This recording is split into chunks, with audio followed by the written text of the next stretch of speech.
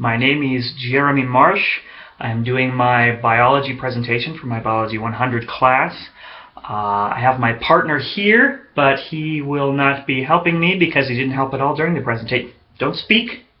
He doesn't even get to speak, so you won't even get to know his name. My presentation is on archaea, bacteria, and protists. These are microscopic creatures. They are the modern equivalent of some of the most ancient forms of life that we know of, certainly some of the most basic. I have some examples here, which I will be referring to. You may want to lean closer to the screen because they are microscopic. It's a little harder to see. We'll start with bacteria. That's that one. The bacteria are actually... Oh, I'm going to wipe this off. Take a look at my image to make sure I'm giving the right information. Bacteria are prokaryotes. Both bacteria and archaea, in fact, are prokaryotes. That means that they don't have a distinct nucleus. They don't carry their DNA in any particular central nucleus location. Protists, on the other hand, are eukaryotes, which is the opposite. They do have that nucleus.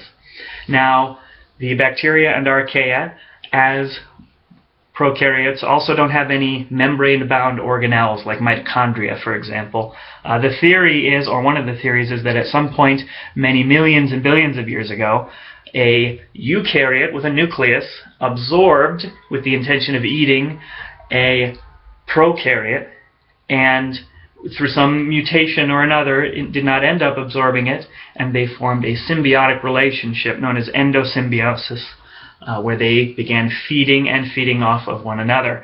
And this is where, according to the theory, these membrane-bound organelles came from in our more complicated life today. So as far as characteristics go, bacteria specifically, prokaryotes, they are single-celled without exception. They have cell walls that particularly have peptidoglycan, if I'm pronouncing that correctly, within those cell walls. They are aerobic. They are types that are aerobic and types that are anaerobic, which means that some require oxygen, some don't. And they reproduce using cell division, binary fission, or budding. Now, archaea seem similar from our perspective, but because they're so simple, they're very different. They have cell walls as well. They're also single-celled, but their cell walls do not have peptidoglycan. They also reproduce by binary multiple fission or budding. In terms of other differences between them, they have... Let's see. That's right. They have different lipid bonding system within their membranes. Actually, moving on to archaea, their lipids are very interesting because the archaea lipids are different than any other life on Earth that can be found. It's part of the reason that they live where they do, which is in the most extreme environments on Earth. If you hear of an organism that lives in some outrageous and extreme conditions, you're most likely hearing about a member of the archaea. You can find them down in the bottom of the ocean near methane vents. You can find them around hot spots and volcanoes or in very, very cold climates.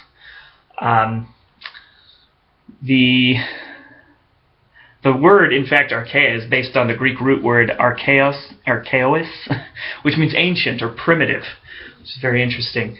The third group, of course, in my presentation are the Protista. The Protista are difficult to classify. There are many different kinds of Protista, but they're also very interesting because of how diverse they are. They can't really be called animals, plants, or fungi because there are types that act like animals, types that act like plants, types that act like fungi.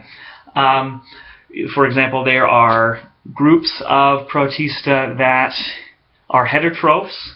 They move and they take carbon, organic carbon, for energy, like an animal. You don't see, animals don't photosynthesize, they don't take energy from an inorganic object like sunlight and convert it to their own energy within themselves. Different Protista are autotrophs. They stay, they don't move, they photosynthesize like plants. And still others, like fungi, are heterotrophs that have cell walls. They reproduce using spores. Most of the time they're single-celled. The majority of Protista are single-celled, but they can be multi-celled. When they are multicellular, they don't have any kind of tissue specialization, but they can get very large. Kelp is an example of Protista, in fact, and it can be over 100 meters long.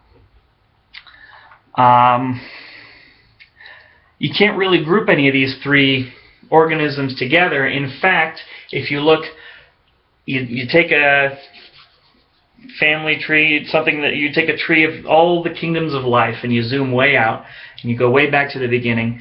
These three are often classified as the earliest branches of life. Back then they were Bacteria, Archaea bacteria, and Protista, usually shortened Bacteria, Archaea, Protista. So there's my presentation, and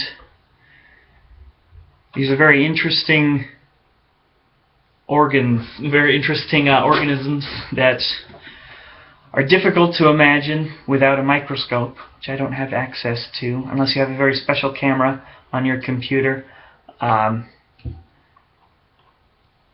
Thanks for listening.